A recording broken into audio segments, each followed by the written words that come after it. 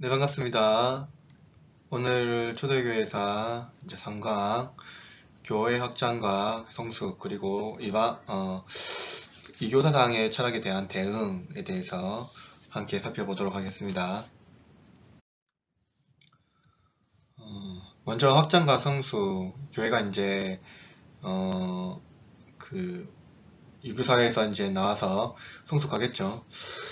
1강에서 미리 여러분에게 얘기했는지 모르겠는데, 기독교가 유대교에서, 기독교에 독립적으로 나오게 되는 시점은 정확히 말하면 AD 70년입니다. 그때 이제, 예루살렘 이제 성전이 이제 돌성전이 파괴되죠. 그때부터 이제 이 기독교가 독립적으로, 완전 유대교에서 독립적인 이제 종파가 되는 겁니다. 성공의 원인을 보면은 초기 기독교 박해는 여러 가지 측면에서 기독교 신앙 자체를 부도덕 또는 비인간적인 것으로 오해하게 하였고 그리스도인이란 이유만으로 충분히 범법자가 되게 했다라는 것이죠. 이러한 측면에서 교회 확장은 참으로 불가능한 것들에 연속적으로 실행되는 것으로 여겨졌다는 것입니다. 기독교 신앙에 대한 오해가 두 가지가 있는데요. 첫 번째로는 이제 이 더러운 소문입니다. 기독교인들은 매주 애찬을 위한 모임을 가졌습니다. 이는 그들의 믿는 자들, 그쵸? 그러니까 이제 세례받은 자들을 말합니다. 많이 애찬식에 참여했습니다. 애찬에 참여한 것이죠. 기독교 신앙은 같은 신앙을 가진 남성과 여성을 그죠? 형제 자매라고 불렀습니다. 당시 많은 신자들이 배우자에게 이런 호칭을 사용했다라는 것이죠. 사람들은 이러한 사실에 기초를 두고 상상력을 동원하여 기독교 예배를 신자들이 비밀리에 모여 먹고 마시고 방탕하고 불을 끈 후에 근친상간을 가리지 않는 이런 좀 부정한 그런 혼음을 벌였다고 생각한 것이죠. 그러니까 이 애찬식에 모여서 이제 그러니까 부부관계뿐만이 아니라 이제 모든 사람들을 우리는 교회에서 이제 형제자매라고 부르죠. 그것이 이제 이 초대교회 때부터 이제 비롯된 이제 기독교만의 공동체성이 이제 그 형제를 나누는 것이죠. 제가 이 강에서도 미리 얘기했는데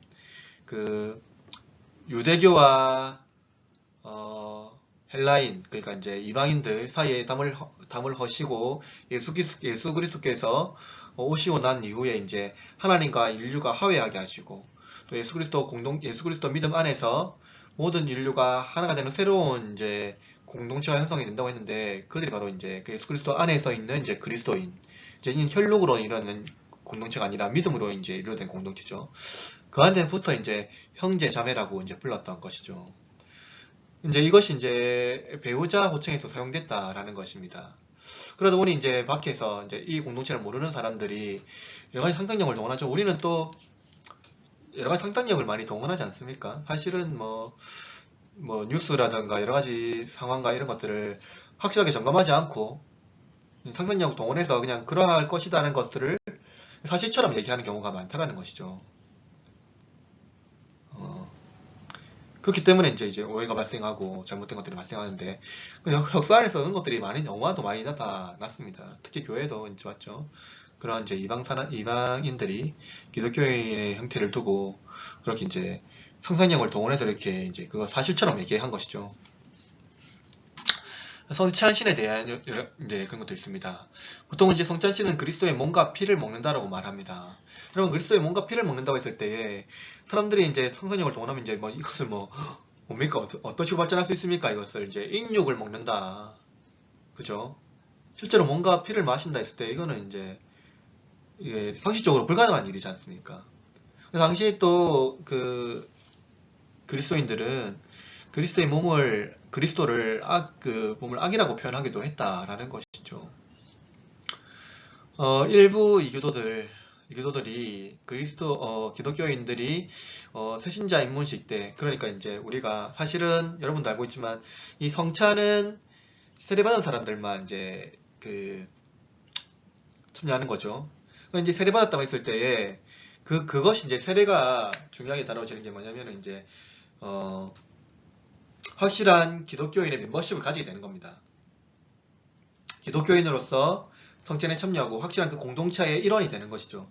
그래서 성찬에 세례를 받고 성찬에 참여해서 기독교 초신자가 기독교 신앙에 입문하게 될 때에 세례를 통해서 입문하게 될 때에 성찬에 참여하게 되는데, 그때 새 신자 입문식 때 유아를 커다란 빵 속에 감추어 두고, 그죠? 입문자에게 이 빵을 자르라고 명령했다고 뭡니까? 했다가 아니라 생각했다라는 거죠. 그죠? 그러니까 이제 뭐예요? 빵 안에 그죠? 살아있는 유아를 넣었다고 생각한 겁니다. 그죠? 그래서 이제 세례를 받고 입문한 그 초신자에게 그 커다란 빵을, 당시 선자식은 점점 커다란 빵을 썼거든요. 실제적으로 커다란 빵을 이제 이렇게 찢어서 그리스도의 몸을 찢어서, 맞죠? 나눠주는 게 실제적으로 그리스도의 몸이라는 생각을 한 거죠. 그죠?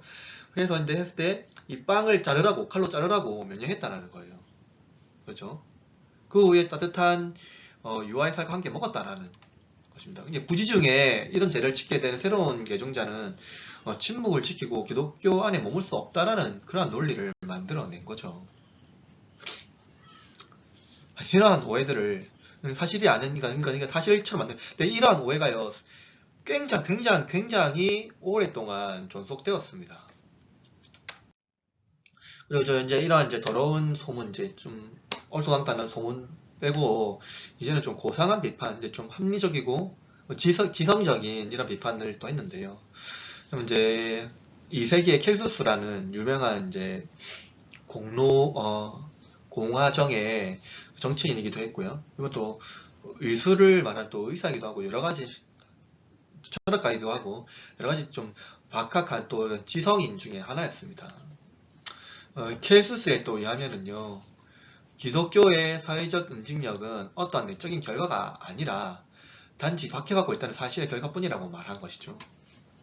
사실은 사람이 어려워지면은요, 그 어려운 상황 가운데 있는 사람들끼리 응집력이 생긴다라고, 그런 심리적인 상황이 된다라고 말하는 경우가 있거든요. 그래서 이건 어떠한 내적인 결과가 아니라 단지 박해받고 있는 결과뿐이다. 그런 응집력은요. 그렇게 켈수스가 이해했다는 것이죠. 또 켈수스는요, 예수님이 마리아와 로마 병사 사이에 태어난 사생아라고 주장한 겁니다. 켈수스가 볼 때는요, 동정녀라는 사실을요, 합리적으로 이해가 안 되는 거거든요. 어떻게 여자 혼자서 아이를 낳을 수 있단 말인가? 이런 이제 이 생리학적으로, 또 의사잖아요, 그죠? 생리학적으로 그거는, 또 생물학적으로 그거는 불가능한 것입니다. 그죠? 그래서 성경에서는 이제 하나님의 성령의 감동으로 이제 나왔다고 얘기하는데, 그것을 우리가 말하는 그 하나님의 말씀, 그 신비적인 말씀을, 그리고 하나님의 계시의 말씀을, 구약에 말하는 계시의 말씀을 이해하고 받아들이지 아니하면 받아들일 수 없는 거죠. 그리스도는 그런 어떤 합리적인 또는 어떠한 또 생물학적인 그런 판단으로만 이해한 것입니다. 그러다 보니까 그거 만들어내야죠. 예수님이 로마 병사와 마리아와 로마 병사 사이에서 태어난 사생아에 불과하다라고 주장을 한 것입니다. 이러한 주장 사실 또 오늘날도 많이 하고 있거든요. 그는 예수님이 성육신에서 이렇게 말한 바가 있습니다. 잘 들어보세요. 하나님이 세상에 방문한 목적이 무엇인가? 그러니까 예수님이 이제 세상에 방문했죠. 그렇죠? 인간 세상에 일어난 나는 것을 알아보기 위해서일까? 그렇죠? 인간 세상에 어떤 일이 일어났길래 하나님이 인간이 되어야 했을까? 그죠? 그렇다면 그가 모든 것을 알고 계시지 못한 말인가? 그게 왜요? 하나님이 인간이 되어서 오지 못했다면 하나님은 진짜 모든 것을 알지 못하는 신밖에 안 됐는가? 그렇지도 않다면 그가 아시기는 하지만, 그죠? 직접 내려오기 전에는 세상에 벌어지는 이 악행을 처리할 수 없기 때문인가? 그죠? 악행을 처리할 수 없기 때문인가? 이렇게 말합니다. 그 사람은 사실 켈수스는 아주 합리적이고, 맞죠? 또 그냥 어떤 자신 가지고 있는 어떤 지성적인 측면에서 이제 말을 한 건데, 그러니까 하나님의 존재, 하나님의 창조주로서 또 하나님의 어떠한 그 전제전능하심을 이해하지 않고 이제 하나님을 바라본 거죠. 이겁니다. 하나님이 인간이 되지 아니하면 사실은 인간이라는 일을 하나님이 되지 아니하면 사실 인간 스스로 그걸 처리할 수 없기 때문에 하나님이 인간이 되신 것인데, 그죠? 그러니까 하나님이 영이시기 때문에 하나님이 이제 영이시기 때문에 인간에 관여되는 또 인간 스스로의 이 문제를요, 인간 스스로 해결해야 되는 것이 사실인데 인간 스스로 그것을 해결할 수 없기 때문에 하나님이 죄 없으신 하나님이 인간 되신 거거든요.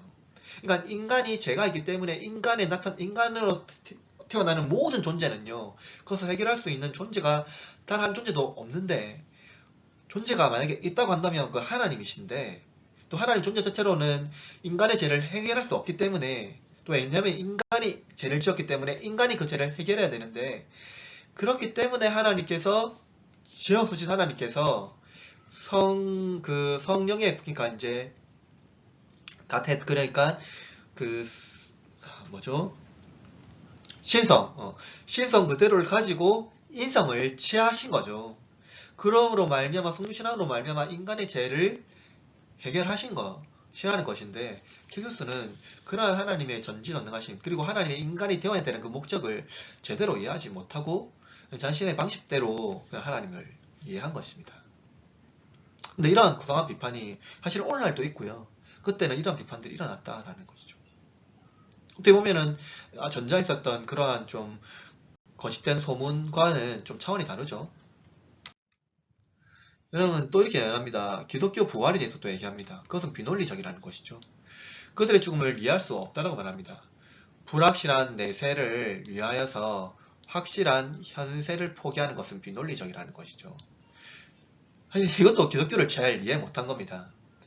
기독교의 원리는요, 현실을요, 이 세상을요, 우리가 일상을요, 굉장히 중요하게 다루거든요. 일상에 최선을 다하지 않으면요, 그 하나님의 신앙이라고 말할 수 없는 것입니다. 그죠?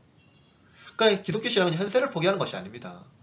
현세를 최선을 다하여서 살려내고, 그러므로 말미암아 주께서 주시는 은혜로 말미암아, 그죠? 영생의 믿음으로 나아가는 거죠. 만약에 이 땅을 현실을 부정한다는 건 이거는 기독교가 아닙니다. 그거는 뭐 사실은 좀 굉장히 잘못된 신앙인 거죠. 그건 기독교가 아닙니다. 여러분 기독교의 부활 교리는요, 이렇게 말합니다. 그거는 망상에 불과하다는 거예요. 망상에 불과하다.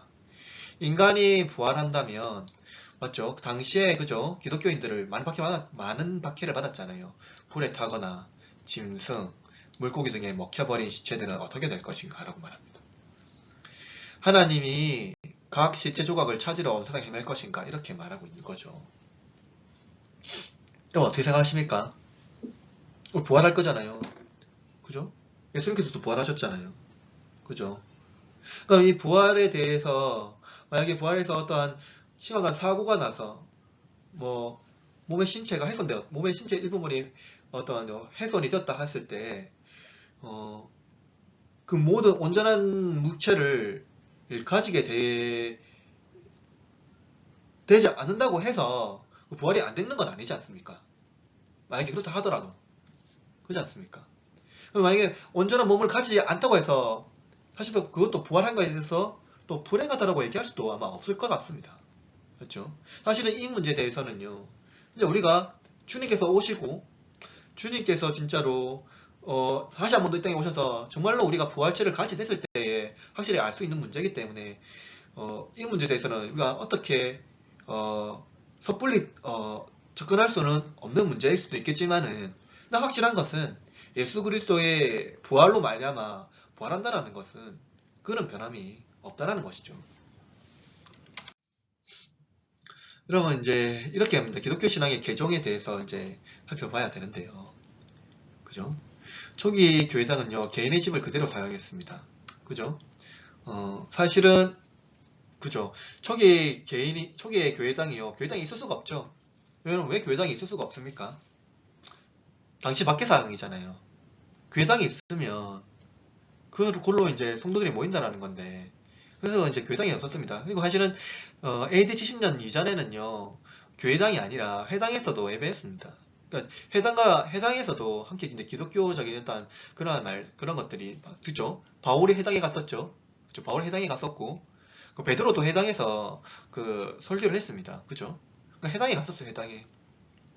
회당에서 했고, 그리고 이제 그 AD 70년 이후에 이제 그게 이제 일어나는 거죠. AD 70년 이후에는요, 그러니까 이거는 이제 이게 뭔가 없는데 그 AD 70년 이후에는 그거죠. 이제 AD 70년이 되면 이제 사실은 기독교가 확실하게 유대교에서 분리가 되는 시점이거든요. 이제 그 도선전이 파괴되고요. 근데 이제 70년이라고 했을 때예요, 여러분. 예수님이요, 일반적으로 BC 4년경에 아마 출생했다라고 일반적으로 알려져 있는데요. 그렇지만 예수님께서 아마 AD 30년경에 아마 그 십자가에 달리시고 이제 부활하시고 이제 승천하셨을 거라는 거죠. 그 이후에 이제 제자들과 사도들과 이제 바울 사도가 함께 이제 그리스도의 복음을 전하는데, 보통 이제 60년대경에 이제 70년대 되면요, 한 세대가 끝이 나는 시점입니다. 대부분 사도들이 이제 순교 당하죠. 요한을 빼고요, 순교 당하고 이제 그렇게 되는 거죠. 그렇게 되면 어떻습니까? 당시에는 이제 말씀이 이제 이제 문서로 기록이 돼야 되겠죠? 그러면서 이제 기독교 복음이 이제 전가돼야 되는데, 그럼 보십시다. 70년 이후에 기독교 복음 1세기 이제 2세기 됐을 때도요, 박해는요, 심각했습니다. 그죠? 그 첫 번째로 이제 63년경인가요? 그 네로, 그 로마 화재 때 네로 박해가 있었죠. 그리고 이제 90년대경엔요, 도미티안의 대학 박해가 있습니다. 기독교는 특별히 이 두 황제, 네로와 도미티아누스의 황제의 박해가, 심각한 박해 두 개로 뽑고 있거든요. 그럼 이 박해가 있는데 교회가 있을 수가 있겠습니까? 있을 수가 없죠. 맞죠? 있을 수가 없죠. 있으면 안 되는 거죠. 박해를 피해야 되니까요. 그래서 교회당은요, 당시 있을 수가 없었습니다. 다 가정에서 예배를 드렸습니다. 가정에서 예배를 드리고, 그리고 가정에서 함께 성찬하고 애찬을 하고, 그래서 집집마다 돌아다니면서 그들은 이제 빈민들을 구제하기도 하고 나그네를 돌보기도 하고, 그러면서 기독교가 이렇게 세력을 얻고 확장이 되어 갔던 거죠. 그래서 이제 교회당은 4세기 이후에 공공건축물을 양식하게 됩니다. 4세기 이후에 이제 공공건축물을 양식하게 되는 거죠.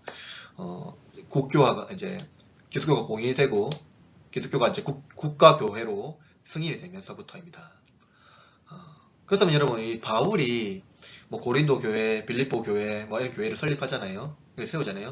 교회당이 있는 게 아니라 그 지역, 그러니까 왜 여러분 빌립보 교회고 고린도 교회일까요?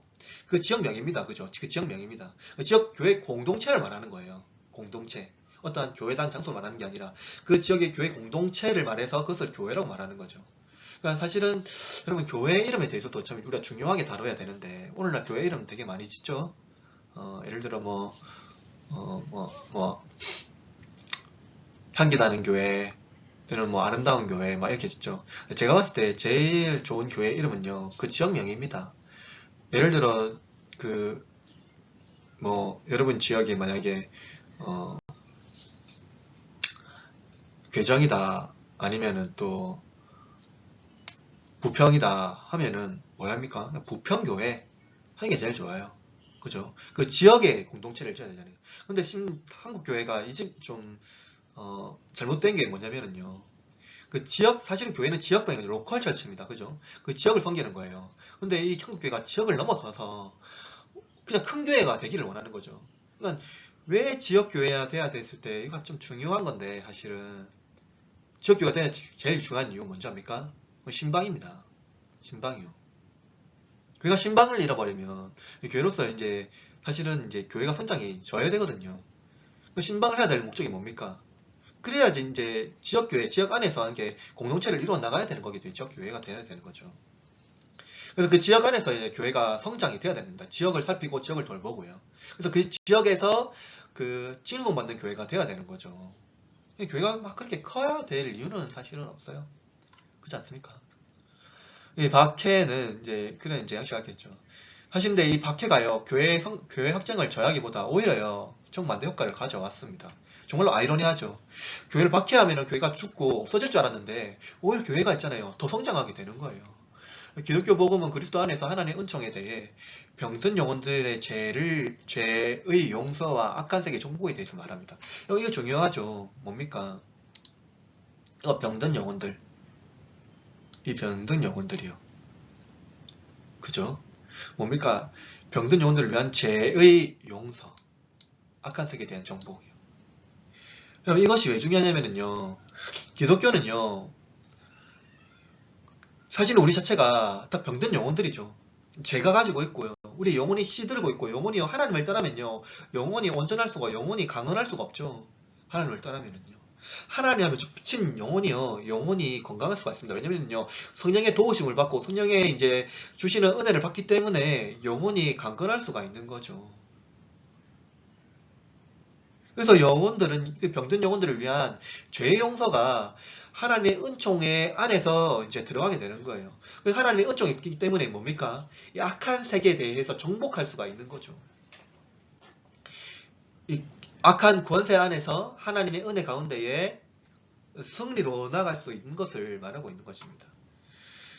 그래서 이 개종의 조건은요, 세례 고백이죠. 세례 고백할 때 여러분, 제일 중요한 게 또 있는데 뭐야? 삼위 하나님을 고백한 것도 있지만 하나 더 뭐가 있냐면은요, 악의 권세에 대한 승리를 외치는 겁니다. 그러니까 뭐냐면은요, 이제 내가 마귀의 그 사탄 권세, 그러니까 마귀의 손에서 해방되었다라고 선언을 하는 거죠. 그러니까 내가 이제 마귀 전야가 아니라 하나님의 전야가 되라는 이 공적인 선언을 하게 되는 것입니다. 초대교회요. 근데 오늘날 그런 것들이 없어졌죠. 이게 왜 중요합니까? 우리가 이제 이 악한 권세, 즉 마귀와 사탄의 권세 안에서 있는 자가 아니라 하나님의 권세로서 하나님 안에서 그 양심의 자유를 누린다라는 것을 말하고 있는 거예요. 그래서 이러한 기독교의 정체성은요, 성례로 귀결되겠죠. 그러니까 성례가 굉장히 성례가 중요한 겁니다. 성례는 과거의 단절입니다. 즉 이전에 했던 사탄과 마귀의 자녀에서 단절하는 거예요. 이제 그러한 삶을 내가 살지 않겠다라고 결단하고 아예 단절해버리는 겁니다. 이제 그리스도인 자신의 양심을 인식한 이상과 도덕적 명령. 그건 뭡니까? 하나님의 은총 안에 살아가겠다는 거예요. 성령의 도우심 안에 살아가겠다는 거예요. 그거 없이는 삶이 의미가 없다라는 것을 말하고 있는 거죠. 그러므로 그리스도교는 진정한 행복에 대한 인간의 갈망에 치저로 응답했다라는 거예요. 여러분, 이게 뭡니까? 진정한 행복, 우리가 행복을 많이 추구하죠. 세상이 주는 행복이 뭐예요? 대부분 이거 물질입니다. 물질이 많으면 행복하다고 얘기해요. 이거 막 데이터로도 나오고요. 막 이렇게 많이 말을 해요. 그럼 사실은 있잖아요, 여러분. 그러니까 이 행복이라고 했을 때 그것을 극복할 수 있는 유일한 가장 큰 비결은 뭡니까?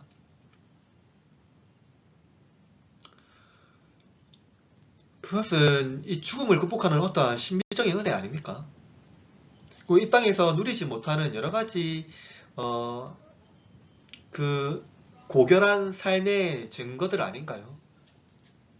이상적인 삶, 세상에 누구도 따라오지 못하는 그 거룩하고 숭고한 삶, 그것이 사실은 그 철저들이 말하고 있는 행복을 말하고 있는 거고요.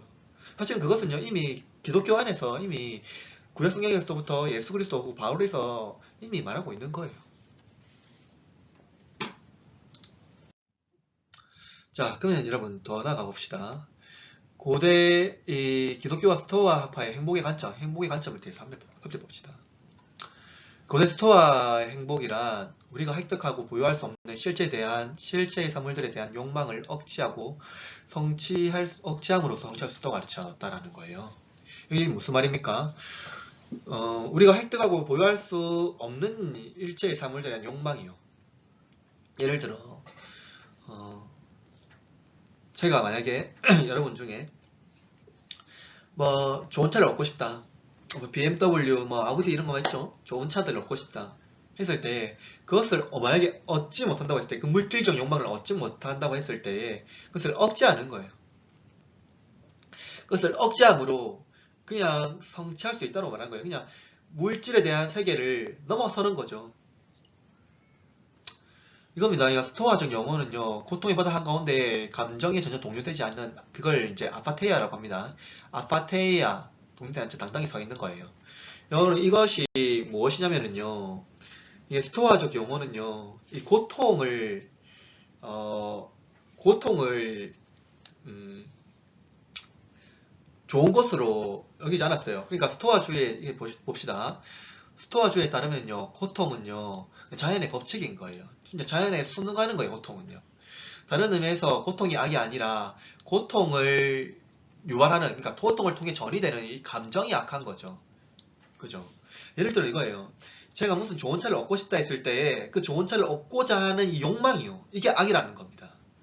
예를 들어 제가 뭔가 상처를 입었어요. 상처 때문에 굉장히 만약에 아픕니다.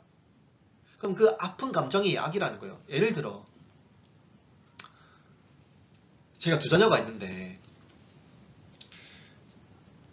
뭐 이제 3살 된, 그러니까 이제 사실은 이제 우리나라 나이로는 4살이죠. 4살 된 남자 아이가 있습니다. 정말로 이제 사랑하는 아들이 있는데 만약에 그 아들을 잃었다 했을 때에 이 아들을 잃었을 때에 전이되는 감정이 있죠. 그 이루 말할 수 없는 상실감이잖아요. 그 상실감에 적게 되면은요, 그것이 악이라는 거죠. 그들은 어떻게 얘기하냐면요, 이 죽음이라는 그 자체가요, 그냥 자연의 법칙이라는 거예요. 죽음이라는 건요, 그냥 자연의 법칙이에요. 왜 자연의 법칙입니까? 사람은 누구나 다 죽기 때문입니다. 죽기 때문이에요. 그래서 그냥 자연의 법칙이라고 말하고 있는 거예요. 그래서 그러므로 죽음을 고통스러워할 필요가 없고 자연의 법칙에 순응하면 되는 것이다 라고 말하고 있는 거죠. 무슨 말인지 알겠습니까 여러분? 그래서 스토아 주의 안에서는요, 물질과 모든 것들 안에서요 넘어서는 것, 그것이 행복이다 라고 말하고 있는 거예요. 근데 이거 우리 많이 쓰거든요 여러분. 어떻게 많이 쓰는 줄 압니까? 여러분, 당신 마음이 문제야. 마음만 고치면 돼. 그러니까 마음의 문제를 해결하면 된다라는 식의 발상입니다. 그러니까 우리 마음이 행복하면 되지, 다른 여부가 아니라 마음만 잘 잡으면 돼, 이렇게 말하고 있는 거죠. 사실 이거 굉장히 스토아적인 방법인 거예요. 그런데 기독교는 어떻습니까? 기독교는 자연 법칙을 따른다고 말하지 않습니다. 그죠? 자연의 법칙 안에, 자연의 법칙 따르면 뭐가 돼요? 금연이 되면 창조가 아니게 되는 거예요, 여러분. 자연의 법칙에 따르게 되면 그 종의 기원을 말하고 있던 그 찰스 다윈의 법칙을 따르게 되는 거죠. 왜냐면요, 세상은 자연의 법칙 안에서 우연이 발생이 됐고, 우연이 발생이 됐기 때문에 그 자연 법칙 안에서 순응하게 되고, 이 세계는요, 자연 법칙 안에서 멸망당할 수도 있고, 존속될 수도 있고, 그건 자연의 법칙 안에 딸이 달려 있는 것이다 라고 말하고 있기 때문에요. 그러나 여러분, 우리가 말하는 기독교 법칙은 다르죠. 세상은 창조의 섭리 안에 있다라고 말하고 있어요. 즉 인간이요 당하는 모든 일은요 하나님 섭리 가운데 있다고 말하고 있는 거예요. 그래서 기독교와 스토아 학파의 양자 간의 차이는 뭡니까? 그리스도인들이 그리스도인의 삶을 가능케 하는 것은 하나님의 은총을 인간의 노력으로 지향해야 할 목표로서 하나님에 대한 사랑을, 그리고 공료에 대한 인간에 대한 사랑에 대한 실천을 강조하고 있다는 점이에요. 여러분, 이것이요 기독교와 스토아 학파의 가장 큰 차이점입니다. 여러분, 스토아 학파와 기독교의 가장 큰 차이점은 뭐냐면요, 스토아 학파에서는요 무엇을 발견할 수 없습니까? 사랑의 실천을 찾을 수가 없죠. 왜 그렇죠? 모든 문제는요 인간 개인이 가지고 있는 환경이기 때문입니다. 그러니까 내가 가지고 있는 환경만 극복하면 되는 거예요. 무슨 말인지 아시겠죠? 내 마음에 있는 내 마음만요 고쳐 먹으면 되는 겁니다. 그러면은 이 행복할 수 있다라는 거죠. 예를 들어 내가 지금 우리 중에 급빈자가 있고요 부자가 있어요. 급빈자는 급빈자 스스로 그 환경에 적응해야 돼요. 거기서 살아야 됩니다. 마음의 문제니까요. 그러니까 내 마음에 부여하면 되는 거 아닙니까? 가난하더라도. 부자면 뭡니까? 부자라도요. 내 마음이 그냥 부유하지 않으면 돼요. 마음의 문제이기 때문이에요. 그러니까 이 스토아파의 관계 안에서는요. 사랑의 실천이 없습니다. 그냥 마음의 문제로만 그냥 끝이 나버리는 거죠. 여러분, 사람을 대할 때, 그리고 우리 전도사님들 신방할 때 많죠? 그냥 단순히 마음의 문제로만 얘기하면 안 됩니다. 하나님 섭리를, 그리고 이제 그들을 얘기할 때에, 당신 마음의 문제야. 마음만 고쳐먹어. 이렇게 얘기하는 게 아니죠. 또 마음을 비워라고 얘기하면 안 됩니다. 여러분, 우리 기독교는요, 무엇인가 비우는 종교가 아니죠. 뭔가 비우는 게 아니고, 비워서 뭐 해탈하고, 돌을 닦고 이러한 우리 신앙이 아닙니다. 우리는 무엇입니까? 채우는 거예요. 뭘로 채우는 거죠? 성령 하나님으로 채우는 겁니다. 그래서 성령님의 도우심을 구하고 성령 하나님께서 우리 채워주실 것을 기도하고 그렇게 나아가는 거죠. 그래서 우리 때때로 필요한 자들이 도움이 필요한 자들이 있으면 그들의 실제적으로 그들의 필요를 채워주는 것, 이것이 기독교 신앙의 올바른 태도라는 거죠. 여러분, 기독교 성장에 주된 성장의 핵심은 무엇인지 살펴봅시다. 기독교 성장의 가장 주된 원인은요, 사랑의 실천입니다. 기근, 전쟁, 역병 또는 전쟁과 같은 재난 때에 사회봉사활동에서 잘 드러납니다. 또 나그네 환대하는 것, 그 중요한 사랑의 실천이라고 말하고 있죠. 또는 이제 교회 재정 담당자의 일차적인 책임, 맞죠? 뭐라고 말합니까? 가난한 자들 돕는 것이라고 말하고 있어요. 이런 부유한 장식과 화려한 교회당의 헌금을 사용하는 주교들은 일반적으로 비난을 받았다는 거예요. 여러분, 오늘날 교회가 너무 다르지 않아요? 오늘날 우리 헌금에 일차적으로 사용하는 게 뭡니까? 교회 건축이죠. 교회 기자재에서 하는 거죠. 교회를 아름답게 꾸미는 거죠. 그래서 하나님 영광받는다고 생각하는 거 아닙니까? 근데 여러분, 잘 생각해야 됩니다. 종교개혁이 왜 일어났죠? 교회당 꾸미다가 일어난 거예요. 베드로 성전, 베드로 로마 바티칸 성당, 교회당 꾸미다가 일어난 거잖아요. 그 면적을 팔아가지고요. 오늘날 우리 교회가 똑같이 그거 하고 있어요. 그러니까 교회가 비난받는 건 어떻게 보면 당연한 거라는 거예요, 여러분. 그래서 이제 초대교회가 어떻게 성장했는지, 초대교회가 어떻게 바라봤는지 이것을 배워봐야 된다는 거예요. 그건 지금 얼마나 우리 교회가 지금 몰래 교회하고 얼마나 달라지고 있는지 사실상 이렇게 좀 엄하게 얘기하면 얼마나 괴물처럼 변하고 있는지. 어떻게 보면 이제 종교개혁 때 정말로 이게 이제 개혁하지만 아니면 안 되는 교회, 그러한 교회처럼 한국교회, 세계교회가 이렇게 되고 있다라는 것을 우리가 지금 인식해야 된다는 겁니다. 당시는 구비론과 같은 복지체계를 갖추고 있었습니다. 급빈 자를 돌보고 병자를 치료하는 역할을 교회가 담당했다는 거예요. 당시 제국 정부는요, 로마 제국입니다. 사회복지를 위한 일반적인 프로그램을 엄두조차 내지 못했다는 것입니다. 왜 그렇죠? 돈이 없어서 그렇습니까? 그렇지 않아요. 막 부유했죠. 그러나 이런 적극성 자체가 없었다라는 거예요, 여러분. 당시 스토아 철학, 그리고 플라톤 철학, 이런 철학 기반 안에 있는, 또 로마 공화정 안에 있는 이러한 개념들 자체가요, 세계관 자체가, 그러니까 이제, 그러한 이제, 사회적인,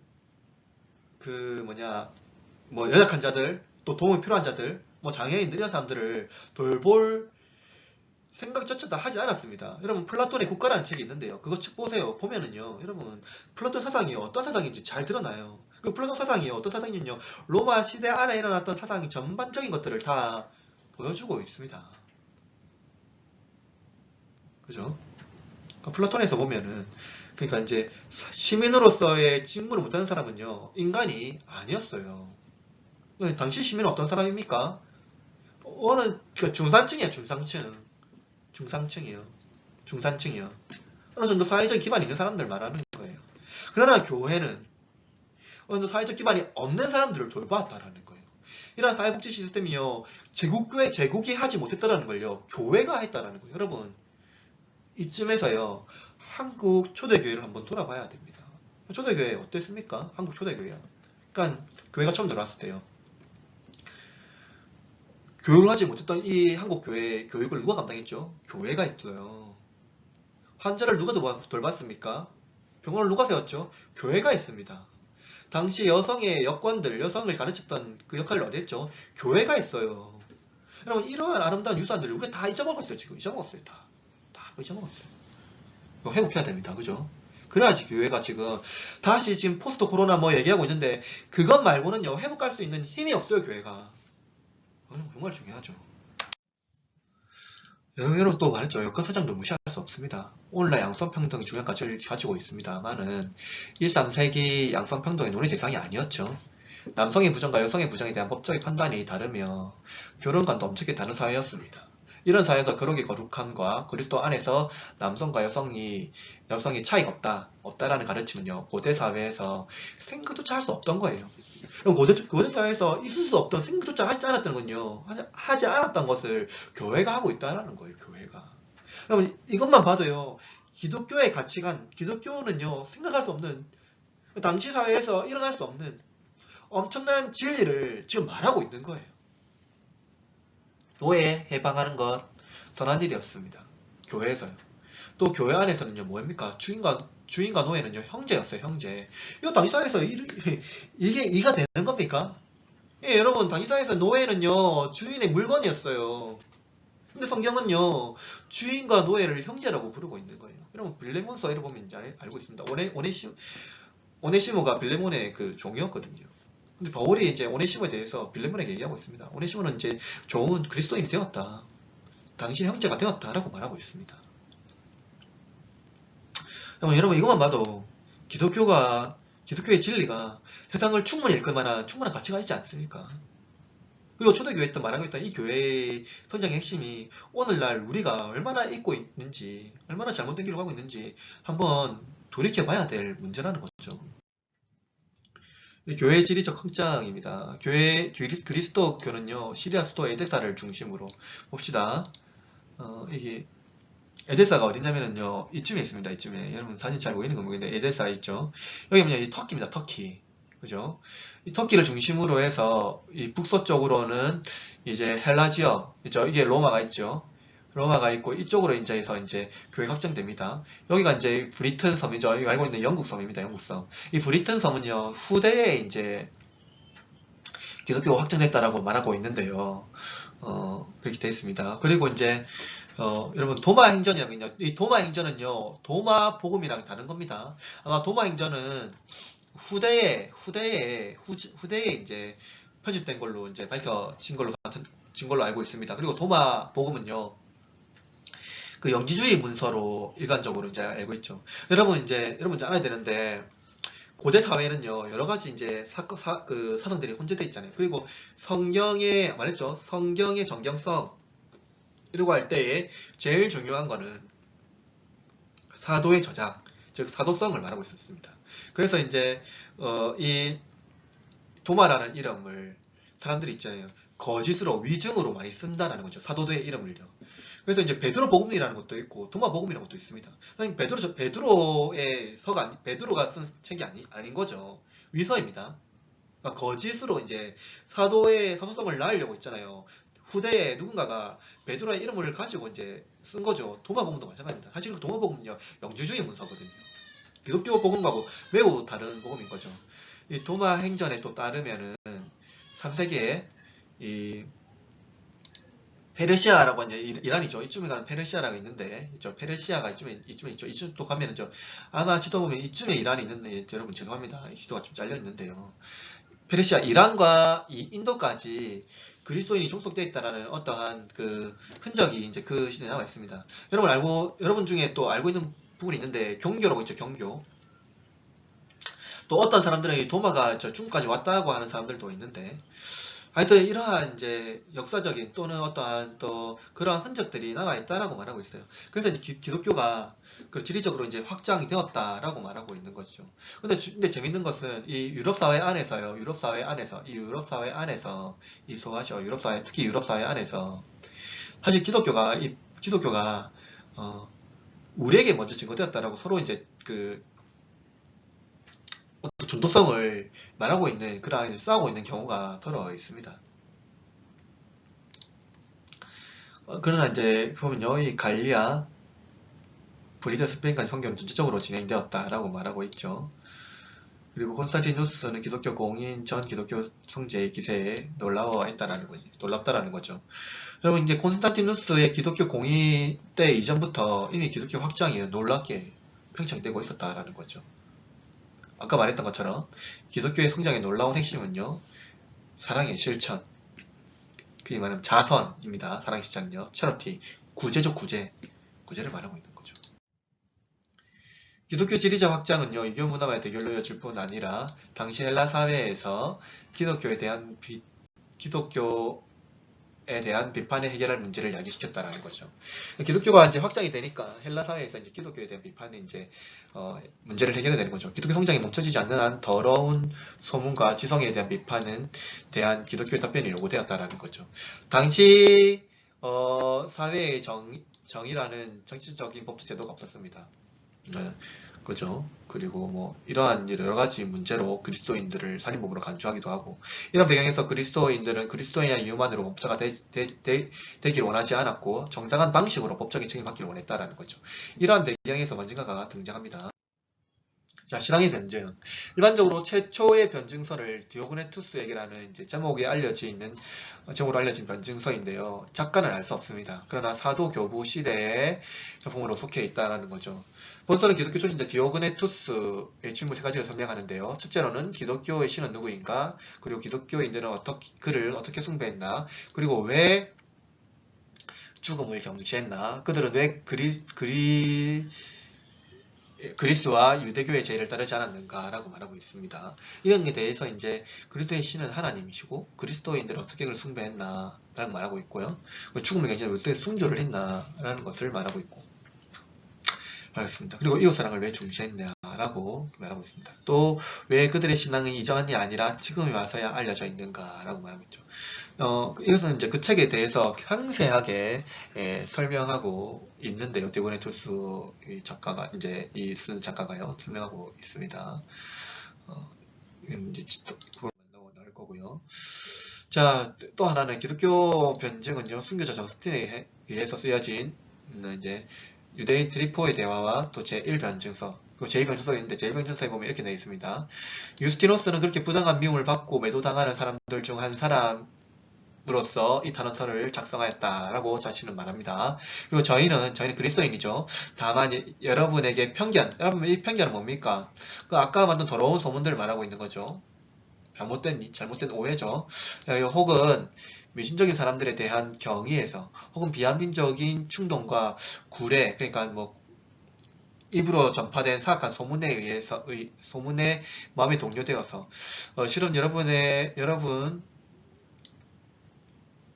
자신에게 불리하게 될 투표를 하지 않고 엄밀하고 정확한 조사에 따라서 판결을 내리기를 요청하는 겁니다. 그러니까 이거예요, 여러분. 당시 기독교인이라는 이유만으로 박해받는 것, 기독교인 이름만으로 처벌받는 것은 부당한 거죠. 그러니까 이거예요. 당시 기독교인들이요, 무신론자라고, 그러니까 신을 안 믿는 자라고 박해받았거든요. 그러니까 이겁니다. 이 저스틴이 쓰는 이제 의미는요, 우리는 당신들이 말하는 그러한 뭐 유아, 살해, 또 혼음, 또 뭐 근친상간 이러한 일들 해본 적이 없다. 라고 말하고 있고, 그리고 우리를 만약에 박해하거나 우리를 범법자로 또는 우리의 목숨을 가져가려고 한다면 실제로 우리의 신앙에 대해서 우리는 심판받기 원한다. 그리고 우리의 신념에 의해서 심판받기 원한다. 라는 거죠. 단순히 그냥 무신론자가 아니라 우리는 신앙을 가지고 우리가 기독교 신앙을 때문에 심판을 받거나 또는 당신들이 원하는 실제적으로는 그러한 범법을 저질렀던 그러한 위반으로 심판받기를 원한다. 그러니까 정당한 판결을 받기 원한다라는 거죠. 이 부당한 판결이 아니라. 그러한 것을 이제 변증가들이 요청하고 있는 겁니다. 헬라 사회에서 기독교는 그들의 오해와 달리 정치적인 입장을 나타내지 않았다라는 거죠. 그들은요, 기독교가 정치적으로 그들을 공격하거나 어떤 해악적인 종교로 이해했다라는 것입니다. 그들은 그죠, 로마 상태에서 해악적인 존재로 생각했지만 오히려 어떻습니까? 기독교인들은 그 사회의 제국을 위해서 기도했다라는 거죠. 여러분, 그렇습니다. 오늘날 또 맞죠? 사실은 이 사회가 좀 교회를 너무 비난하고 좀 그런 문제들도 사실은 포함되어 있는데, 그럼에도 불구하고 교회는 어떻습니까? 한국 사회를 두고 기도해야죠. 또 기도하고 있지 않습니까? 빨리 이 질병, 코로나라는 질병이 해결되도록 하나님 도움을 요청하고 있고 또 기도를 하고 있다는 것을 우리가 또 기억해야 되겠죠. 또 교회는 모든 사회의 계층을 사로잡아 하나님의 자녀가 되는 혁명을 의도했지만 이 세상의 권력 획득에는 무관심하다는 특징을 가지고 있습니다. 여러분, 초대교회 이렇습니다. 오늘날은 좀 독특하죠. 사실 이거는 중세부터 시작됐습니다. 교회가 국교되면서부터 세상 권력을 가지게 될 수밖에 없었죠. 잘못된 방식이죠. 교회는 세상 권력에 가지는 것에 관심을 가지면 안 됩니다. 그리스도는 철저히 이교 세상의 마귀 정령 숭배를 비롯한 신화와 신탁과 관련한 신전 예배를 사탄적이며 미신적이라고 배격했습니다. 자, 기독교 변증가 순교자 저스틴. 순교자 저스틴은 스토아, 아리스토텔레스, 피타고라스, 플라톤 교사에게 철학을 배웠다. 그는 기독교로 개종한 후에 철학적 탐구를 계속했고 그리스도교를 진정한 철학으로 여겼다. 저스틴은 이교 신화와 예배를 순전히 악에 의하는데 미신으로 여겨 강력히 배척했지만 고대 철학적 전통은 매우 적극적으로 환영했다라는 거죠. 인간의 이해를 넘어서 플라톤의 초월적 하나님은 바로 성경의 하나님이다 라고 말하고 있는 거죠. 중요한 것은 이것입니다. 저스틴에게 있어서 하나님께서 이제 플라톤에게 말했던 그 초월적인 하나님, 그러니까 이제 일자죠. 플라톤이 일자로 말하고 있는 거거든요. 그러니까 이제 그 이데아죠, 이데아. 그 아르케. 그러니까 아르케라고 하는 헬라어 아르케는 근원이라고 말하고 있는데요. 이 근원 아르케라고 말하고 있는 이데아, 그게 하나님이다라고 저스틴은 이해한 거예요. 저스틴에게 기독교는요, 하나님이 무엇보다 선지자를 통하여 그러나 그 다음에는 자기 아들 통하여 계시하신 지혜이기 때문입니다. 그러니까 플라톤에 말하면 이 지혜는요, 소피아거든요. 이 소피아, 이 지혜는요, 좀 뭡니까?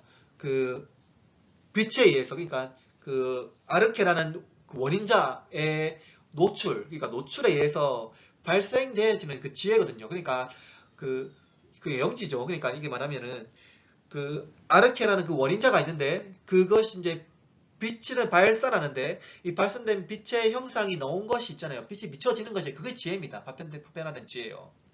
그래서 그것이 이제 누군가 그것을 발견하고 그것을 관찰하고 그것을 바라보게 되면은 어떠한 그 아르케를 발견하게 되고, 그러니까 이제 원인자를 발견하게 되고, 그 원인자를 발견하게 되면은 그 자신이 가지고 있던 그 원래의 본질로 갈 수 있게 된다라는 거죠. 그래서 이제 말하면은 사후의 세계를 볼 수 있게 된다라는 것을 말하고 있는 것입니다. 그럼 저스틴은 뭡니까? 그 말하는 그 아르케의 원인자, 그 지혜가요, 선지자를 통해서 이미 계시되었고, 특별히 아들 안에서 계시하신 그 소피아, 그 지혜다. 맞죠? 그걸 다양한 말하면 로고스거든요. 그에 의하면 철학은 하나님 그 아들 안에서 스스로 나타내신 그 계시를 통해서만 이룰 수 있고, 그죠? 이 계시는 그 철학자들이 말하는 이 계시는 무엇입니까? 그러니까 로고스인데요. 그 이 계시를 통해서만이 그 아르케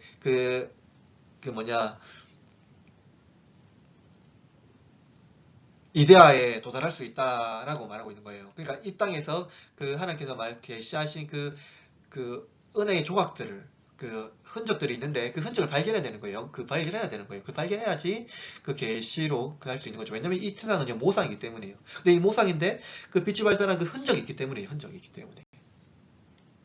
이 계시의 진리는 히브리 신자들의 영감받은 증거에 의하여 증명되고 부정된다고 확신했다라고 이제 저스틴은 말하고 있는 거죠. 저스틴은 소크라테스가 열종이 얼마나 타락했는지를 바로 인식했다라고 말하고 있습니다. 그죠? 그 결과 아테네 사람들이 죽음으로 내몰릴 수밖에 없었다. 그는 그리스도교 순교자의 완전한 모델이라고 저스틴이 생각한 겁니다. 소크라테스와 플라톤의 육체의 죽음 너머에 생명이 있음을 인정했다. 그죠? 아르케, 그죠? 이데아가 있으니까요. 이 땅 모상이니까 영혼 세계가 있다고 말한 거죠. 그죠? 소크라테스 자신의 죽는 태도로 이러한 신념을 보여주었죠. 여러분, 이제 플라톤의 심판, 저 소크라테스의 최후 그 독배를 마시는 그죠 아테네 그 공화정에서요. 그 제명은 뭡니까? 청년들을 죄에 빠뜨렸다, 욕했다 하는 것과 신성모독입니다. 저스틴은 이러한 플라톤 사상을 다 받아들이지는 않았지만 결론 자체로는 정확하다고 보았다. 그죠?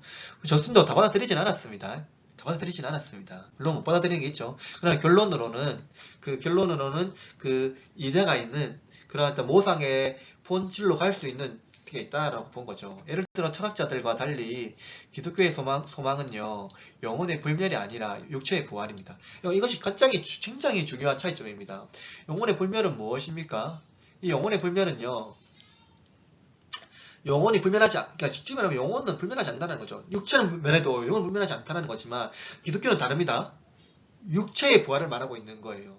그죠? 이게 가장 큰 차이예요. 기독교는 육체의 부활을 기초로 말하고 있습니다. 저스틴은 이러한 답을 로고스에서 발견하는 거죠. 로고스는 말, 이성을 동시에 의미하는 헬라어입니다. 그죠? 헬라 철학에서 오랫동안 견지되어 온 전통에 의하면 인간의 지성은 모든 실제 세계를 떠받치고 있는 로고스 혹은 우주의 이성에 참여하고 있기 때문에 실제를 이해할 수 있다라는 거죠. 즉 인간 지성이 이 실 전체를 떠받치고 있는 이 로고스, 그죠? 우주적 이성에 참여하고 있다는 거죠. 인간의 지성이 그 우주적 로고스에 참여하고 있다라고 믿고 있기 때문에 이 실체를 이해할 수 있다는 거죠. 우리는 모성이지만 그 실제를 이해할 수 있다라고 말하고 있는 것입니다.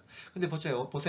요한복음에서 로고스 혹은 말씀이 예수님 안에서 육신이 되었다라고 말하고 있습니다. 따라서 저스틴에 의하면 성육신이 발생한 사건은 우주를 떠받치고 있는 이성, 로고스 혹은 하나님의 말씀이 육신이 된 것을 말하고 있습니다.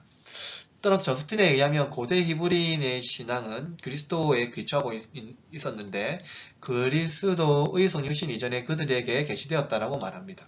저스틴은 이교도 중에서도 희미하게나마 로고스를 알고 있는 사람들이 있었다라고 말합니다. 그에 의하면 소크라테스, 플라톤과 같은 현자는 그리스도인입니다. 저스틴의 어떠한 그런 상식에 의한 것이죠. 그러니까 이제 그 계시가 이미 그들에게 하나님께서 희미하게 보여줬다. 철학으로라는 그 통로를 통해서 희미하게 보여줬다라고 말하고 있는 거예요. 그들의 지혜가 결국 그리스도에게서 비롯된 것이기 때문이에요. 그죠? 그러니까 그들의 지혜는 그러니까 그들이 말하는 플라톤과 소크라테스와 플라톤이 말하고 있는 그 지혜요. 근본적인 말하는 그 아르케를 말하고 있는 이데아를 말하고 있는 그 신적인 지혜가요. 결국 그리스도를 예표하고 있다. 그리고 그 지혜는 사실은 이미 로고스가 주신 것이다. 예수님께서 주신 것이다. 라고 저스틴은 말하고 있는 거예요. 저스틴은 플라톤과 같은 현인이 살고 있던 다신론 사회의 뿌리 깊은 편견 때문에 그것을 깨닫는 모든 것을 말하지 못하고 일부를 억제했을 것이라고 저스틴은 생각한 겁니다. 저스틴은 플라톤이 어떻게 이러한 지혜를 알게 되었는지에 대해 두 가지 가설을 내세우는데요. 첫째로는 플라톤과 헬라의 현인들은 모세오경의 신비한 우위를 먼저 접했다라는 거죠. 이것이 그들에게 진리에 대해 희미한 암시를 제공해주었다는 겁니다. 그래서 저스틴에 의하면 사실은요, 또 우리가 또 몇몇 철학자, 그러니까 이제 교무들 중에는요, 이 모세를요, 철학자라고 말하고 있습니다. 즉, 모세가요, 먼저 하나님께 계시를 받은, 그러니까 로고스를 받은, 그러니까 맞죠? 모세가 시내산에서 하나님의 계시를 받잖아요. 그게 이제 십계명이잖아요. 그 자체가 있잖아요. 하나님의 계시를 받은 어떤 첫 번째의 철학자다고 말하고 있는 부분이 그러한 이해가 있다라는 거예요. 그래서 이제 플라톤과 소크라테스 이러한 사람들은요, 이미 모세의 받던 그 철학을 후대에 다시 그 희미한 암시로서 그걸 받았다라고 말하고 있는 거예요. 이미 모세가 그들보다 먼저 신비한 우위를 먼저 접했다라고 보고 있는 거죠. 그 신적인 계시를 받았다라고 말하고 있는 거예요. 이제 그 전에 이제 선지자들이죠. 선지자들이 이제 선지자를 통해서 하나님의 계시가 연속적으로 이제 진행이 되는 거죠. 이해됩니까? 그래서 이것들에 대한 희미한 암시를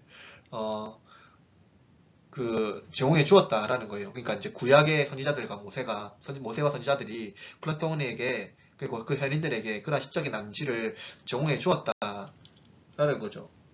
이 말에 따르면 플라톤과 헬라인은 이미 그 모세를 비롯한 자들에게 그러한 것들을 이미 들에게 그런 것, 그, 여호와에 대한 어떠한 신적인 암시를, 또 그런 것들을 제공받았다라고 볼 수가 있는 겁니다. 둘째, 어떤 특별 계시에 별로 의존하지 않는 보편성 도덕적 양심 가치와 당성에 대한 주장이었다라는 거죠.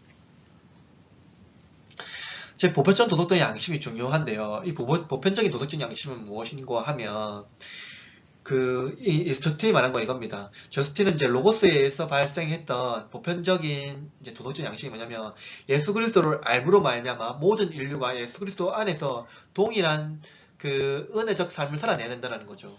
그러니까 기독교인이라고 한다면 모두 보편적인 성령이 주시는 보편적 양심을 가져야 된다는 거죠. 이건 다를 수가 없는 거예요. 기독교인이라고 한다면은 그와 동일한 그러한 어떠한 도덕적인 삶을, 그러니까 하나님을 닮는 삶, 그리스도를 닮는 삶을 살아내는 보편적인 양심의 가치를 가져야 된다라고 말하고 있는 거예요.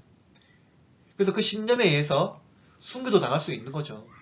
그 대표적인 예가 저스틴이 봤을 때는요, 그 소크라테스였습니다. 그 신념에 의해서 사실 소크라테스 그 독배 안 받아도 되는 거였습니다, 여러분. 그죠? 그냥 철회하면 되는 거였는데, 그 신념에 의해서 그는, 그죠? 죽음을 택했는 거예요. 기독교인도 마찬가지입니다. 우리의 신앙에 의해서 죽음을 택하는 것, 그게 도덕적, 보편적 양심이라고 말하고 있는 거죠. 그것을 철회하면 보편적 양심이 없어지는 거예요. 그럼 믿음이 아닌 거죠.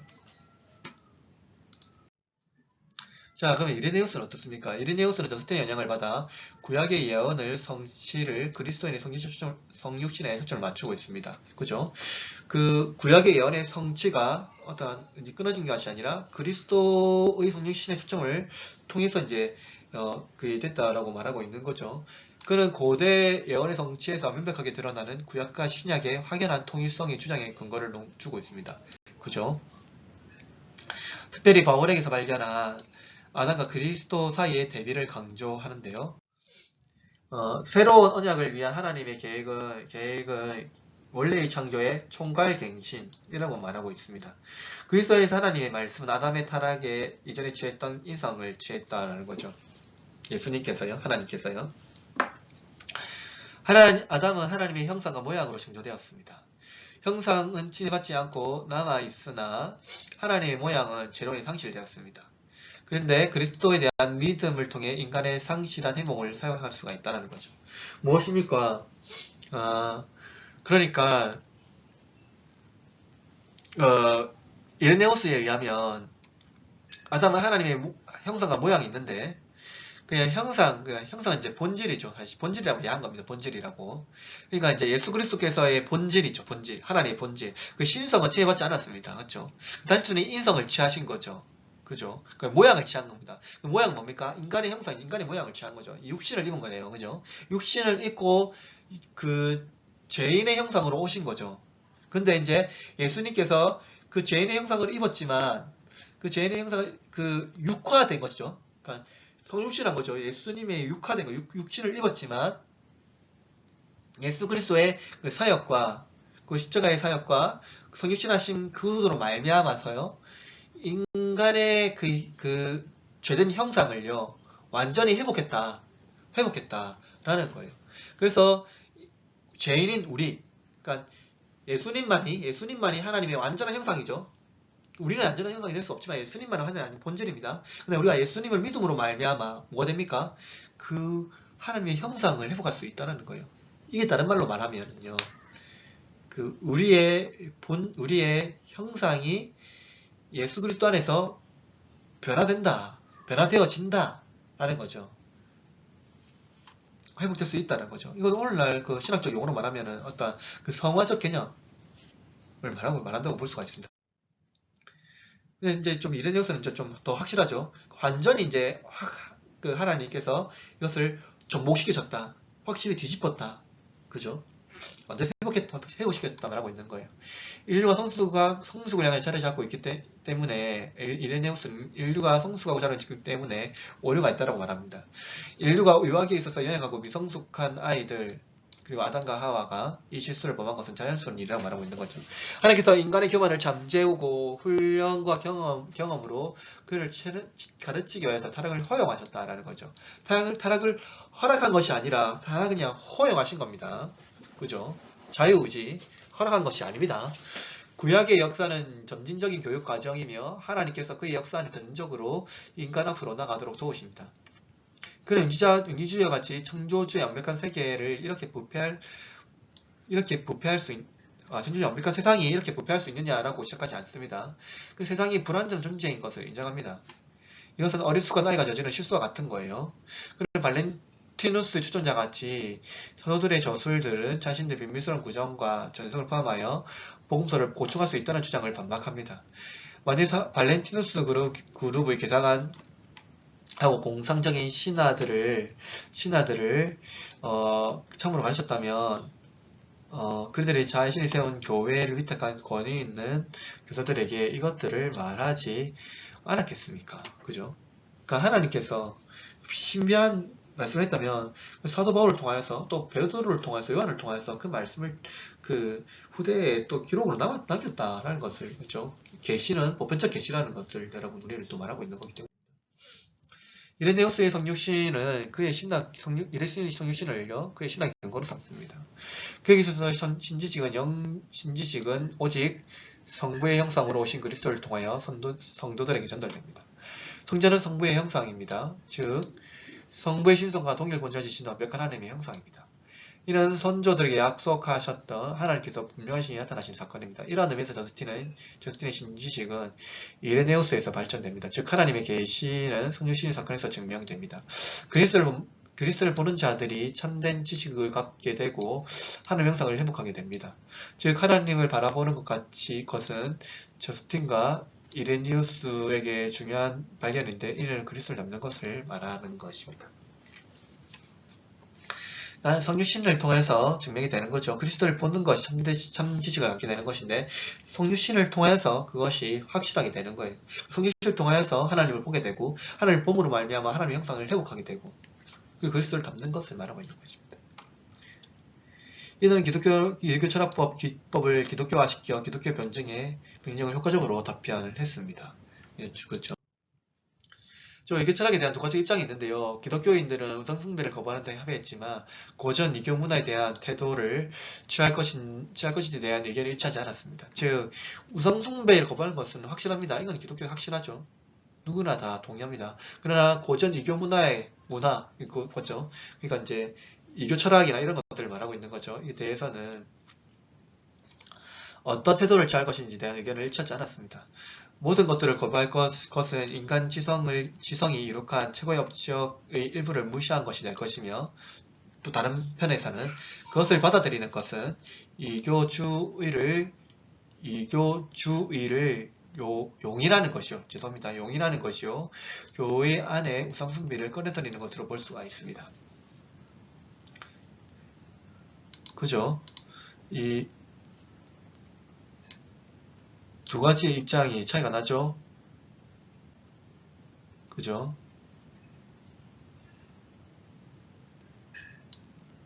그죠? 모든 것들을 거부하는 것과 그것들을 받아들이는 것을 차이가 납니다. 그죠? 고전 문화의 가치에 대하여서 기독교는 상반된 극적 입장을 취하는데요. 그 대표적인 이름물이 터툴리안입니다. 터툴리안이 말한 것 중에 유명한 말이 있죠. 아테네와 예루살렘 무슨 상관이 있는가? 학교와 교회가 무슨 관련이 있는가? 그렇죠? 지금 말하는 학교, 교회 말하는 거 아닙니다. 당시 학교, 당시 교회. 당시 교회는 이제 공동체 말하는 거죠. 기독교 공동체요. 학교는 뭡니까? 아카데미 말입니다. 아카데미. 철학학파 말하는 거예요. 그죠? 그러니까 아테네와 예루살렘 무슨 상관이 있습니까? 이거는 아테네의 이교 문화와 그 기독교 예루살렘 말하고 있는 거죠. 터툴리안은 확신을 갖고 이러한 기록을 남긴 당시 성행하던 이단들이 이교 철학과 기독교 교리를 결합하는 시도의 결과라고 믿었기 때문입니다. 오늘날 이것도 이렇게 생각하면 맞죠? 터툴리안과 달리 티티안이라는 인물이 있는데요. 그는 이제 저스틴의 제자입니다. 사실은 헬라인이 귀하게 여기는 지식과 철학은 야만에게서 비롯된 것이라고 주장한다. 그 저술한 헬라인을 향한 연설에서 헬라인은 귀중하게 생각한 모든 것들에 대한 정면 공격인 동시에 야만적인 기독교인을 위한 변호였다라는 거죠. 야만적인 기독교인. 그러니까 당시 헬라인들은 자기들과 다른 언어를 사용한 사람들을 야만인들은 불렀습니다. 이것은 유대인과 같습니다. 유대인은 뭐라고 불렀죠? 유대인은 자신과 다른 사람들을 뭐라고 불렀죠? 그냥 이방인, 뭐라고 불렀죠? 그 이방인이라고 불렀죠. 이방인이라고 불렀습니다. 다 그냥 그렇게 불렀죠. 심지어 이들은 그냥 이방인들을 그냥 개라고 불렀습니다. 유대인들은. 그죠? 그러니까 헬라인들은 이제 야만인을 부르죠. 사실 민족적 특성이 참 독특합니다. 자기 민족의 우월성을 항상 요구하는 거죠. 그건 어느 민족이나 마찬가지입니다. 우리 민족도 뭐 그런 경우가 있죠. 티티아는요, 헬라인들이 바빌로니아인에게서 천문학을, 이집트인에게서 기하학을, 페니키아인에게서 문자를 배웠다라고 말합니다. 철학과 종교는 야만인인 히브리인들에게 배운 것이라고 그들은 말합니다. 왜냐하면 모세 저술이 플라톤과 호모에게보다 더 오래되었기 때문입니다. 그죠? 헬라 문화와 야만인은 히브리인의 종교 및 기독교 사이에 존재하는 공통점은 헬라인이 야만인들에게 지혜병 결과라고 말하고 있는 거죠. 티티아는 호모의 글을 인용하면서 그들의 신들은 근친상간, 유아, 살해, 수치스러운 신들이라고 주장합니다. 그러니까 우리가 어떻게 우리보다 열등한 신들을 섬길 수 있겠냐고 말하고 있는 거죠. 기독교가 어떻게 우리보다 열등한 신들을 섬길 수 있냐라고 말하고 있는 거죠. 그들의 마지막으로 이교도를 섬기는 우상들, 뭐죠? 우상 조각 말하는 거죠. 조각가들이 모델로 사용한 창녀들의 모습임을 잊지 말라고 말합니다. 즉, 이제 그 당시에 우상이 이제 만들어졌죠. 근데 대부분 이제 어떤 모델이 있을 것인데 그 모델이 창녀였다라는 것을 말하고 있는 거죠. 그렇습니다. 티테는 헬라 문화 말로 이교도의 말로 헬라 문화의 말로 기독교에 비하면 저급한 문화라고 주장하면서 기독교가 저급한 문화와 융합돼서는 안 된다라는 것을 말하고 있는 것이죠. 그래서 이제 기독교가 이들보다 더 뭐 다른 의미에서 이제 헬라 문화와 융합되는 것이 오히려 기독교를 저해시킨다라고 티테는 말하고 있는 것입니다. 이교사단과 기독교 간의 갈등의 해결은 무엇입니까? 변증가들의 저술은 초기 기독교인들이 처했던 상황의 갈등을 정언하고 있습니다. 이는 각종 이교를 도모하는 동시에 이러한 이교 사상에 기한 귀중한 문화가 생성되었다는 사실을 인정해야 했다라는 것이죠. 지금 무엇입니까? 변증가들은 초기 기독교인들이 처했던 갈등을 정언하고 있는데요. 이 각종 이교를 거부하는 동시에 이러한 이교를 통해서 귀중한 문화가 생성되었다는 걸 인정해야 되는 거예요. 사실은 기독교 문화만이 우월하다고 주장할 수는 없는 거죠, 여러분. 그렇지 않습니까? 우리 문화 외에, 그러니까 이제 사실은 우리나라 고유의 문화도 있죠. 그러니까 한국적 독특한 문화도 있지 않습니까? 그러니까 기독교 문화가 그렇게 보면 안 되는 게 뭐냐면은, 그게 보면 이제 그게 보면 기독교 이제 서양 문화 우월주의가 될 수 있는 거죠. 서양이 받아서 이제 기독교의 문화가 전수되었다라고 보기 때문에, 그럼 그 문화만 되면 잘못된 거죠. 사실은 이제 선교라는 것들이 그렇게 잘못된 방식으로 좀 약간 이해되어 왔던 것들도 있습니다. 그러나 그렇게 보면 안 되는 거죠. 분명히 이교 문화 안에서도 좋은 문화들이 많이 있습니다. 배워야 될 가치가 있고요. 그런 문화를 우리가 무시하면 안 된다는 거죠. 인정해야 될 것들은 인정해야 된다는 거예요. 이들은 철학자들을 통해 진리를 찾을 수 있음을 인정하는 동시에 기독교의 계시가 이보다 우월함을 주장했다는 거예요. 여러분, 철학자를 통해서 어떠한 진리도 발견할 수 있습니다. 여러분, 철학이 이제 과거 현대 철학이라던가 어떠한 중세 철학 그리고 어떤 철학의 발전들, 지금 뭐 칸트, 니체 이러한 프로이드 이런 사람들에 의해서 발견되는 여러 가지 가르침들이 많이 있거든요. 그죠? 어떤 심리학적인 프로이드에 의해서 심리학 그런 어떤 것들이 좀 발견이 되었고, 또 니체에 의해서 여러 가지 철학적인 이해들, 또 뭐죠? 헤겔, 이런 정반학, 이런 것들 있죠. 이러한 철학적인 이해들이요, 여러 가지 이러한 지성사를 꼽혀왔습니다. 그리고 지성사를 꼽혀왔던 여러 가지 이해 중에 하나가 또 종교개혁과 동시에 일어났던 것이 있지 뭡니까? 르네상스죠.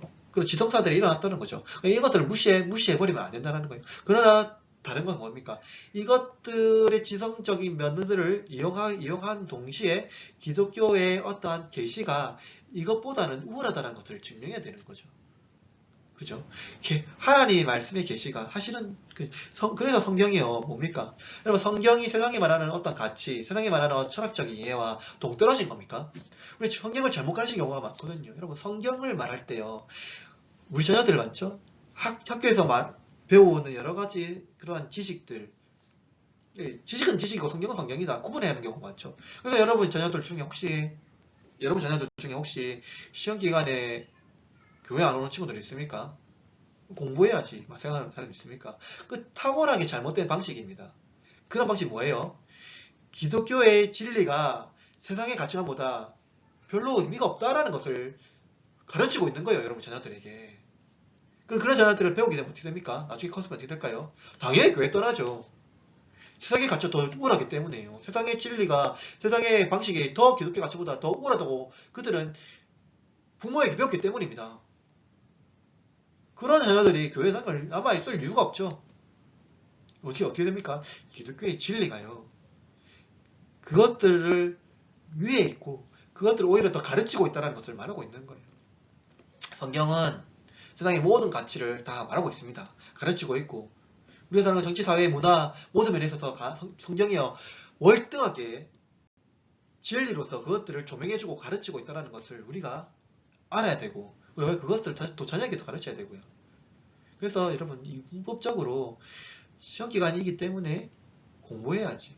교회는 다음에 와도 돼.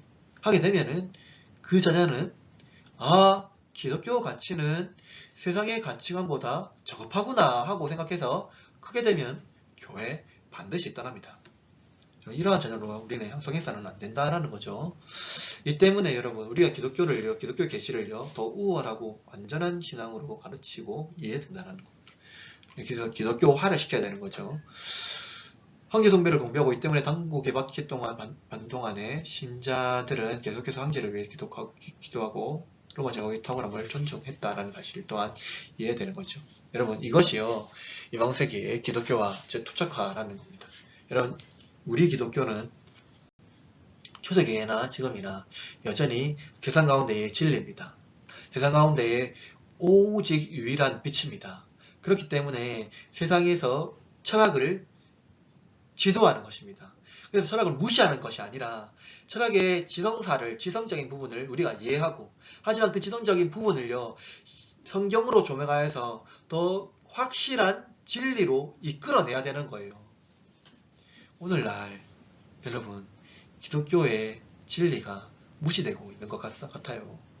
기독교의 지성사가요 이 지성을요 무시하고 어떠한 영적인 것, 심미적인 것 그것을 추구하는 잘못된 신앙을 많이 추구하고 있는 것 같습니다. 죄송하지만 우리 전도사님들 계시죠? 또 여러분 나중에 또 신학을 공부했으니 교회 사역자로 나아갈 것이죠.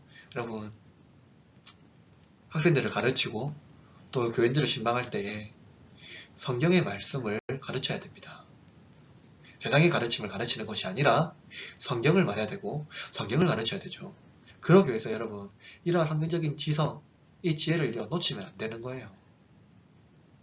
기독교가 언제부터 반지성주의에 노출되어 있습니다. 지성을 무시하고 성경의 가르침을 마음대로 곡해해서 심지어 이단보다 더 심각한 성경의 왜곡을 시켜버린 경우가 너무나도 많다라는 거죠. 여러분이 교회로 부름받았기 때문에 여러분을 통해서 하나님이 교회를 새롭게 하실 것입니다. 그렇기 때문에 여러분들은 이 교회의 가르침, 성경의 가르침을 바르게 이해하고 하나님의 말씀을 제대로 이해하는 저와 여러분이 되기를 바랍니다. 감사합니다. 오늘 수업 여기서 마치도록 하겠습니다.